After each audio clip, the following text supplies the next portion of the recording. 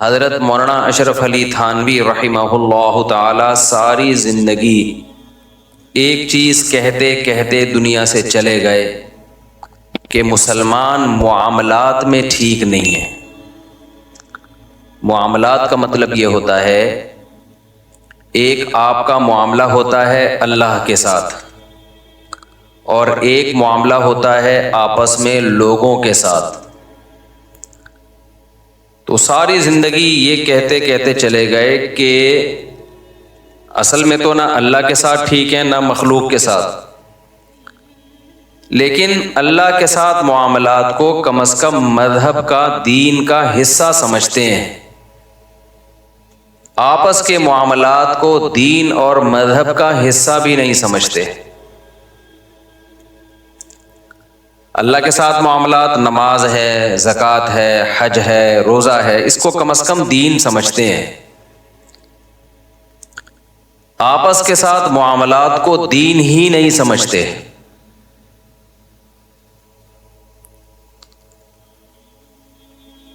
بات میں نے شکر پہ شروع کی ہے، لیکن میں تھوڑی سی اس کو چونکہ میری باہر کے جب اسفار ہوتے ہیں تو یہ چیز کچھ زیادہ اچھی طرح سے سمجھ میں آتی ہے۔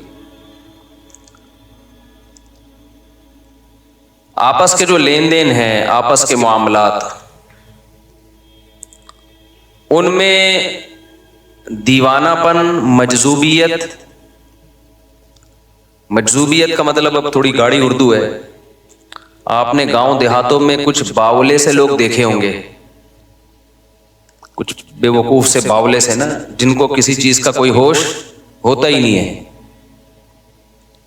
لوگ ان کو سمجھتے ہیں بہت پہنچے ہوئے اللہ والے ہیں، یہ بہت پہنچے ہوئے لوگ، کیونکہ ان کی کھوپڑی اوپر کی کام نہیں کر رہی، یہ اللہ والے لوگ۔ اور یہ ہوتا تھا پہلے، اصل میں اس کی ابتدا کہاں سے ہوئی ہے؟ صوفیاء کرام میں کچھ لوگ عبادت کی کثرت کی وجہ سے اللہ کی محبت میں پاگل ہو گئے۔ یہ ایک حقیقت ہے۔ شریعت نے ہمیں ہر چیز میں اعتدال کا حکم دیا ہے، تو بعض ایسے لوگ گزرے ہیں، وہ تھے اللہ والے، لیکن ان سے عبادت اتنی زیادہ ہوئی کہ وہ اللہ کی محبت میں پاگل ہو گئے۔ تو اب عام پاگل اور اللہ کی محبت میں پاگل میں فرق کے لیے ایک لفظ ایجاد کیا گیا کہ بھئی یہ مجذوب ہے، یہ اللہ کی محبت میں گم ہو گیا ہے، تاکہ اس کو تھوڑا سا ایک احترام دیں۔ بالکل پاگل کہنا تو ٹھیک نہیں ہے نا، ہوا تو بیچارہ اللہ کی محبت میں ہی ہے، لیکن اتنا ایکسٹریم لیول پہ چلا گیا۔ ایسے اللہ والے بزرگ گزرے ہیں، ان سے غلطی ہوئی، اتنی عبادت نہیں کرنی چاہیے تھی ان کو، لیکن اتنا زیادہ ایکسٹریم لیول پہ چلے گئے، وہ اللہ کی محبت میں کیا ہو گئے؟ دیوانے ہو گئے، عقل نے کام کرنا چھوڑ دیا۔ تو پہلے ایسا ہوا کرتا تھا، اب تو جو فرض عبادتیں ہیں وہی نہیں ہو رہی لوگوں سے، تو ایسے لوگوں کو پھر کہا جاتا تھا مجذوب۔ جذب کا معنی ہوتا ہے جذب کر لینا، کھینچ لینا۔ ہم کہتے ہیں نا یہ چیز ایسی ہے جس نے اس کو جذب کر لیا، کھینچ لیا، یعنی ان کو اللہ نے گویا کھینچ لیا، یہ اللہ کے عشق میں پاگل ہو گئے ہیں۔ تو ان کی زبان سے کوئی الٹے سیدھے کلمات بھی نکل جاتے تھے۔ علماء کو پتا تھا بھئی یہ بیچاروں کے اوپر کی سیٹنگ آؤٹ ہو گئی ہے، تو چھوڑو، جانے دو۔ پہلے زمانے میں گستاخیوں کے فتوے بہت اسپیڈ سے نہیں لگا کرتے تھے، دیکھا جاتا تھا اگلے کا مینٹل لیول کیا ہے، وہ کہنا کیا چاہ رہا ہے، نکل کیا رہا ہے اس کے منہ سے۔ آج کل یہ فتویٰ بہت سستا ہو گیا ہے، اگلے کو تشریح کا موقع بھی نہیں دیتے آج کل، کیونکہ عمل میں جب زیرو ہوتے ہیں نا تو پھر ان چیزوں میں بہت آگے ہوتے ہیں۔ جب انسان عمل میں زیرو ہوتا ہے تو ڈائلاگ میں بہت آگے ہوتا ہے۔ آپ نے دیکھا ہوگا کہ جب کوئی آپ سے تجارت کے لیے پیسے مانگے اور آپ اس سے پوچھو کہ کہاں انویسٹ کرو گے، تو کتنی بڑی بڑی پھینکتا ہے نا وہ، لمبی لمبی، کتنی بڑی بڑی پھینکتا ہے وہ، ٹو دا پوائنٹ بات نہیں کرے گا کہ میں فلاں جگہ لگاؤں گا، آج کل اتنی ویلیو چل رہی ہے، اتنے پروفٹ کا چانس ہے، اور میرا اتنا تجربہ ہے۔ ٹو دا پوائنٹ بات، لمبی لمبی پھینکنا شروع کرے گا۔ ابے تو دیکھے تو دیکھ، بھائی اپنے پاس پیسوں کی کمی، بہرحال ابھی میں اس ڈیٹیل میں نہیں جاتا. یہ بات خوب سمجھ لو کہ جس کے پاس جو دلیل میں کمزور ہوتا ہے نا وہ جذباتی بہت زیادہ ہوتا ہے، پھینکتا بہت لمبی لمبی ہے. تو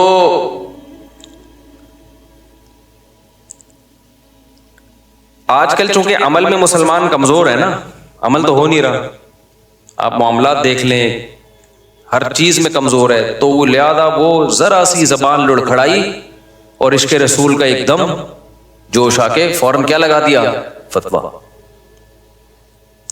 مار دھاڑ، پھر اس پہ کنٹینر اور جو کچھ ہوتا ہے ہمارے یہاں سب کو پتہ ہی ہے.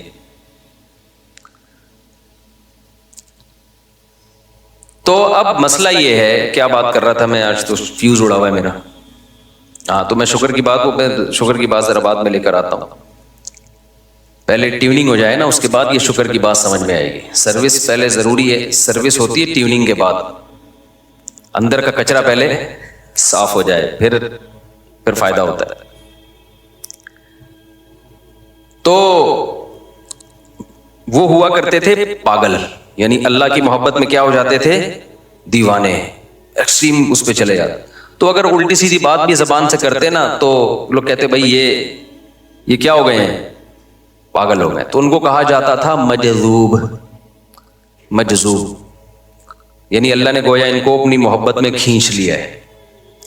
تو ان کے بارے میں کہا جاتا تھا کہ ان کی زبان سے نکلا ہوا لفظ وہ حجت نہیں ہے، کیونکہ یہ جو کچھ کہہ رہے ہیں وہ سوچ سمجھ کے نہیں کہہ رہے، یہ کسی اور دنیا میں پہنچ چکے ہیں.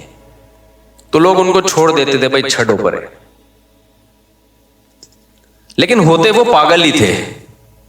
اب پاگل چاہے کسی بھی وجہ سے ہو، رزلٹ اس کا کیا ہے، بولو نا، رزلٹ تو پاگل ہی ہے نا. یعنی ہم نے تو اس کو فالو کرنا نہیں ہے، فالو تو ہم نے اس کو کرنا ہے جس کا دماغ پراپر طریقے سے کام کر رہا ہے. علماء نے لکھا ہے کہ جب جج غصے میں ہو نا، اس کے لیے فیصلہ لکھنا حرام ہے. وجہ اس کی ہے کہ غصے میں انسان کا دماغ پوری طریقے سے کام نہیں کرتا، اس کا خطرہ ہے کہ وہ کچھ الٹا فیصلہ کر دے گا جذبات میں آ کے، کیونکہ اس وقت تھوڑا سا پاگل ہوتا ہے. وہ اکثر طلاقیں غصے میں ہوتی ہیں نا، کیونکہ اس وقت دماغ کام نہیں کر رہا ہوتا، پھر بعد میں روتے ہیں، پچھتاتے ہیں. تو اب جب وہ ایکسٹریم لیول پہ جاتے تھے اور اللہ کی محبت میں دیوانے ہو جایا کرتے تھے تو ان کو لوگ کیا کہتے تھے، پاگل. تو پاگل چاہے وہ کسی بھی طبقے سے ہو، اس کا قول، اس کا عمل شریعت میں ہمارے لیے حجت نہیں ہے، نہ اس کو اس کی باتوں پہ پکڑا جاتا ہے اگر ثابت ہو جائے کہ یہ پاگل ہے. اسلام نے ہمیں جو احکامات دیے، بہت سارے آرڈرز دیے، اس میں سب سے اہم ترین حکم یہ ہے کہ اپنی عقل کی حفاظت کرنا ہے. تم نے کوئی ایسا کام نہیں کرنا جس کی وجہ سے اوپر کی سیٹنگ کیا ہونا شروع ہو جائے، خراب ہونا شروع ہو جائے. کیونکہ سارے کام انسان جو درست کرتا ہے وہ کہاں سے کرتا ہے، وہ دماغ سے کرتا ہے. اس لیے اسلام نے حکم دیا اعتدال، بیلنس، اعتدال سے چلو، دماغ نہ کہیں خراب ہو جائے تمہارا. تو میں وہ بات مکمل کر دوں کہ جو معاملات کی بات تھی نا، اللہ سے جو انسان کا معاملہ ہے، عبادات کا، حج، روزہ، زکوٰۃ، اس کو تو لوگ سمجھتے ہیں دین کا حصہ ہے یہ، لیکن لوگوں کے جو آپس میں معاملات کے بارے میں اسلام نے آرڈرز دیے، احکام دیے. حضرت مولانا اشرف علی تھانوی رحمہ اللہ تعالیٰ فرمایا کرتے تھے کہ ان کو لوگوں نے دین سمجھنا ہی چھوڑ دیا ہے، یہ بہت بڑا مسئلہ ہے. میرا کئی سال پہلے نا ایک جگہ میں رہا کرتا تھا، کرائے پہ رہتا تھا، اکثر کرائے پہ ہی رہتا ہوں میں، مجھے اس کی کوئی ٹینشن بھی نہیں الحمدللہ. وجہ اس کی ہے کہ آگے مرنا ہے بھائی، اپنے گھر سے بھی لاش اٹھے گی، کرائے کے گھر سے بھی کیا ہوگا، لاش اٹھے گی، تو یہ ٹینشن ہی نہیں لی ہم نے. اب تو میں جاپان کے قبرستان دیکھ کے آ گیا تو مجھے پتا چلا بھائی وہاں بھی قبرستان ہوتے ہیں. کیا فائدہ یار، اتنی ترقی کر لی جاپانیوں نے، میں نے ان کی ٹرینیں دیکھی، ان کے واش روم بھی ایسے ٹیکنیکل قسم کے ہیں اور ان کے اوون ان کی مشینیں دیکھی. میرا خیال یہ تھا کہ جاپان میں قبرستان نہیں ہوں گے, میرا خیال یہ تھا, وہم ہونے لگا تھا, کیونکہ اتنی ٹیکنالوجی میں اتنی ترقی جس قوم نے کی ہے وہ کیوں مرے گی بھائی؟ ایک بٹن لگا لو, جیسے ہی مرنے لگے لوگ بٹن لگایا عمر 10 سال بڑھ گئی تھی. تو اتنی ترقی تو کر لی ہے انہوں نے. واش روم آپ جاؤ نا تو آپ کو دیکھ کے ڈھکن کھل جائے گا. اتنے سمجھدار جس قوم کے واش روم ہیں تو بندے کتنے سمجھدار ہوں گے؟ کیا خیال ہے بھائی؟ تو میرا خیال یہ تھا ان ملکوں میں قبرستان نہیں ہونے چاہیے. میں حیران ہو گیا, وہاں بھی قبرستان ہے بھائی, اور بڑے بڑے جاپانی وہاں دفن ہوئے ہوئے ہیں, چائنیز دفن ہوئے ہوئے ہیں, سائنٹسٹ دفن ہوئے ہوئے ہیں, اور ہم ان سے اچھے دفن ہوتے ہیں. کم از کم پوری قبر تو ملتی ہے. ان کے ہاں بوتلوں میں دادی نانی ہوتی ہیں, جلا دیتے ہیں, راکھ بنا دیتے ہیں, راکھ کو بوتل میں رکھا, ڈھکن سے پیک کیا, لکھا دادی, جاپانی میں لکھا چیپاں چیپاں کر کے. اور ایک کیونکہ قبریں مہنگی بہت ہیں, ترقی بہت ہو گئی نا, تو قبریں اسی حساب سے مہنگی ہیں. تو اب ابا کے لیے کون 20 لاکھ کی پوری قبر لے بھائی؟ اتنی ترقی کیسے ہوگی اگر 20 لاکھ آپ نے ادھر ہی لگا دیے. تو انہوں نے ایک چھوٹے سے ڈبے لیے ہوئے ہیں جی, گڑا کھودا, ایک ہی قبر میں دادی, ایک ہی میں نانی, ایک ہی میں چاچا, ایک ہی میں ماموں اور ابا, یہ سارے اسی قبر میں بوتلوں میں رکھ دیے, ڈھکن ڈھک دیا. ان کی جو بھی فاتحہ ہوتی ہوگی وہ بھی پڑھنا اب ان کے لیے کیا ہو گیا؟ آسان. ان کی جو بھی ہوتی ہے چنگ پونگ کر کے کچھ ہوتا ہوگا. تو میں نے کرائے کی بات آ گئی نا, اس لیے میں ٹائم پہ دیا کرتا تھا کرایہ. بڑے پڑھے لکھے آدمی تھے ماشاءاللہ. اب پرانا قصہ ہو گیا, کسی کو پتہ نہیں چلے گا, ان کو بھی نہیں پتہ چلے گا, ان کی بات کر رہا ہوں. جب میں نے مکان خالی کیا تو ان کے سارے ڈیوز بل سارے پے کر دیے. ہم نے یہی سنا ہوا تھا بڑوں سے کہ بھائی مکان جب خالی کرو تو اس کا مکان تھا, امانت تھی, تو جو بھی گڑبڑ ہوئی ہے وہ آپ کی ذمہ ہے. میں نے پیسے ویسے دے کے, اس کے بعد جو ایڈوانس لینے میں میرا تیل نکلا ہے وہ میں ہی جانتا ہوں. آج دے دیں گے, کل دے دیں گے, پرسوں دے دیں گے, ترسوں دے دیں گے. تو بھائی کیوں تمہیں موت آ رہی ہے کسی کے پیسے دیتے ہوئے یار؟ یہ میری ذمہ داری ہے کہ میں آپ کو یاد دلاؤں روزانہ, ہے بھائی؟ یہ میری ذمہ داری ہے. یہ تو آپ کی ذمہ داری ہے نا کہ ایک آدمی نے جب گھر کی چابی پکڑائی ہے تو اب آپ کے ذمہ ہے. میں ہوں بھی بھلکڑ, بھول جاتا ہوں بہت, جو چیز لکھی ہوئی نہ ہو مجھے یاد نہیں رہتی. 6 مہینے 7 مہینے گزر گئے, میں بھول ہی گیا. اب جب بھول گیا تو پھر مجھے یاد آیا کہ پتہ نہیں شاید میں نے لیے بھی, میں سمجھا شاید میں لے چکا ہوں, مجھے مانگتے ہوئے شرم آ رہی ہے. تو ایک دن کیا ہوا کہ میں نے ان سے چلتے پھرتے کہہ دیا, میں نے کہا ٹرائی کر کے دیکھتے ہیں, اگر انہوں نے کہہ دیا کہ میں تو دے چکا ہوں تو میں کہوں گا اچھا میں بھول گیا تھا, سوری کر لوں گا. اور نہیں بھولا ہوا, اگر میں نہیں دیے انہوں نے تو ان کو یاد آ جائے گا. تو میں نے کہا وہ آپ نے 6-7 مہینے پہلے ایڈوانس ابھی تک یاد, مجھے ایسا یہ لگتا ہے کہ آپ نے دیے نہیں. اگر اس بندے کو پتا ہوتا نا کہ مفتی صاحب بھول گئے ہیں, کنفیوز ہیں, تو شاید وہ پی جاتا. اس کو خیال یہ ہوتا کہ جب بھی کوئی اپنی پیسے مانگے جاتے ہیں تو اسٹائل تو یہی ہوتا ہے نا, میں بھی شاید, تاکہ اگلے کی بے عزتی نہ ہو کہ شاید میں بھول گیا ہوں, شاید. تو میں نے شاید کر کے کہا. انہوں نے کہا وہ اصل میں وہ مجھے یاد ہے, میں انشاءاللہ ابھی بھجواتا ہوں. پھر جو 2 ہفتے 3 ہفتے پھر لگا دیے.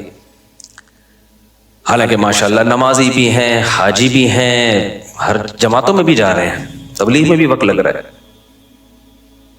ہر بات میں اللہ اکبر اللہ, جب آپ ان سے سنیں گے نا ہر بات میں اللہ اندر سے نکلے گا. تو یہ جو قرآن مجید میں آیت ہے وَيْلٌ لِّلْمُطَفِّفِينَ الَّذِينَ إِذَا اكْتَالُوا عَلَى النَّاسِ يَسْتَوْفُونَ, کہ تباہی ہے ان لوگوں کے لیے جو اپنا حق لینے کی باری آتی ہے تو پہنچ جاتے ہیں فوراً لینے کے لیے, اور جب دینے کی باری آتی ہے تو اس میں کیا کرتے ہیں؟ گڑبڑ. اس پہ تو اللہ نے بڑی شدید وعید سنائی ہے, تباہی ہے, بربادی ہے. ہمارے